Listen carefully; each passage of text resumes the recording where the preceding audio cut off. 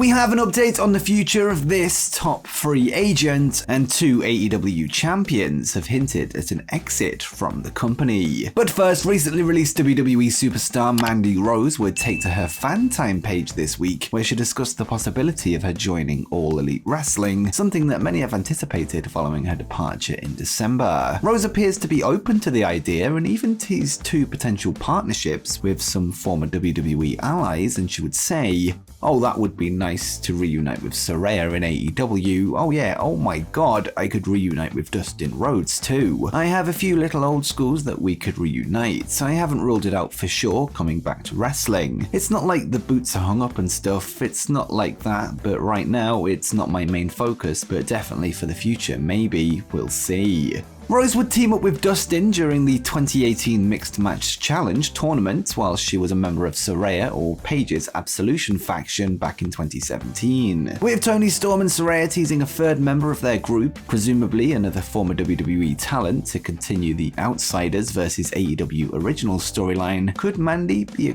good fit for the role? Let me know what you think in the comments down below. According to a report from PW Insider today, WWE Hall of Famer Jerry Lawler was rushed to hospital last night following a medical episode whilst at his condo in Florida. The story that's been doing the rounds is that Lawler had been out for lunch with some friends before he later took ill and was rushed to hospital. Most there has been speculation on what the nature of the problem is. We'll refrain from commenting on that for now whilst we wait for official confirmation, but hopefully we can see Lawler back to full strength very soon. AEW star Adam Cole is on the road to a return to the ring after being out for a number of months due to suffering 2 concussions in a short amount of time. Speaking on Wrestling Observer Radio this week, Cole would discuss his recovery and his goal of winning the AEW World Championship, although he's taking it one step at a time, and Cole would note, "I would love the chance to be the AEW World Champion. That's absolutely a goal in the back of my mind. Again, that's the stamp of approval from the company that you work for, saying, alright, we're going to get behind this guy, we're going to give this guy the ball." So certainly being the AEW World Champion someday is a goal of mine, but currently, in the moment right now, I'm just thinking about being able to get back in the ring and wrestle, and being back on the road. That's a big win for me.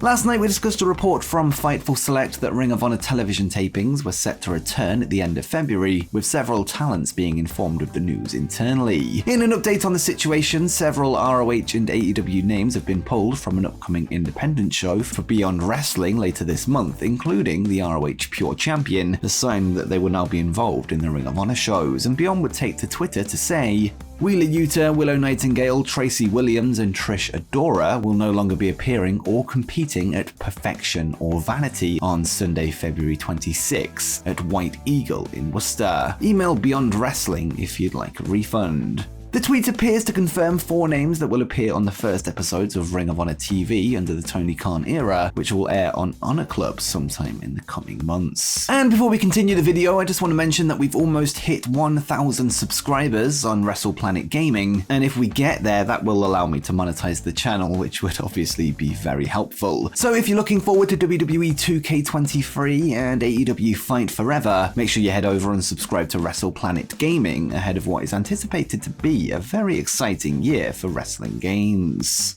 Next, let's get to some news of scrapped WrestleMania plans, as the original idea for Cody Rhodes has been revealed. Dave Meltzer would take to Wrestling Observer Radio last night to reveal that a new main event championship was set to be introduced for Night 1 of Mania, a title which Cody would have likely won, and he would say, if it was Roman Reigns and The Rock, they were going to create a championship on Saturday night that Cody Rhodes probably would have ended up winning. It was Cody, Drew McIntyre, or Seth Rollins that was going to come out of that one, because they want to go back to 2 titles.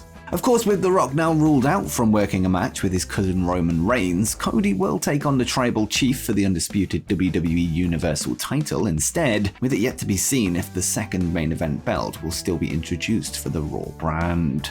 Last night on Monday Night Raw, the Elimination Chamber pay-per-view would begin to take shape, with the final names qualifying for the Elimination Chamber matches themselves. The show would see Judgment Day's Damian Priest defeat Angelo Dawkins of the Street Profits, this before the other half of the Street Profits, Montez Ford, would overcome the challenge of Elias to find himself with a spot in the men's match for Austin Theory's WWE United States title. On the women's side of things, a returning Carmella defeated Mia Yim, Candice LeRae, and Piper Niven to find herself a place in the Elimination Chamber match for the Raw Women's title #1 contendership, with the winner of that meeting Bianca Belair at WrestleMania 39. On top of this, Brock Lesnar would challenge Bobby Lashley to a match at the Chamber event, a challenge that is yet to be accepted, whilst it was also confirmed that Beth Phoenix will return to the ring to team with her real-life husband Edge to battle Judgment Day's Finn Balor and Rhea Ripley. Following Cody Rhodes' Royal Rumble win less than 2 weeks ago, security footage would emerge of current AEW star Ricky Starks backstage at the event, who was in attendance to support his friend and mentor. Speaking with Inside the Ropes this week, Rhodes would reveal that this may be the last time he invites somebody from other places to avoid ruffling any feathers, with him saying,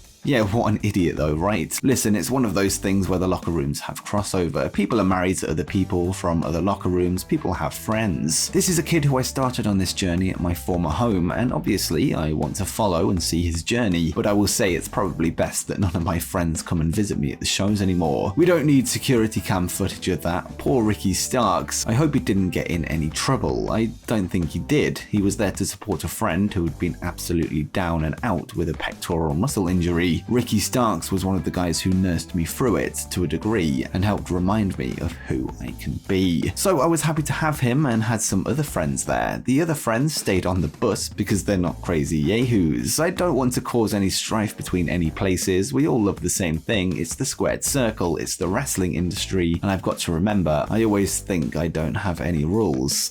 There are rules." Kota Ibushi has been one of the topics of conversation in the wrestling world recently after his New Japan Pro Wrestling contract expired on February 1st, making him one of the top free agents on the market. Speaking with the Weekly Pro Wrestling magazine this week, he would discuss his plans to start up a training school, an idea he has touched on in the past, and Kota would say, "To be honest, I have a limited life as a pro wrestler, and I am now 40 years old, which is also a milestone for me. I want to train pro wrestlers, a professional wrestling school. It would be for a period of 6 months, and I would provide a dormitory and all meals. I'm thinking about 800,000 yen for 6 months of tuition, which would be about 130,000 or 140,000 yen per month. If I have a place to live, food to eat, and an environment where I can learn the wrestling I love, then in my opinion, it is not that expensive. I would also like to broadcast my training process on YouTube."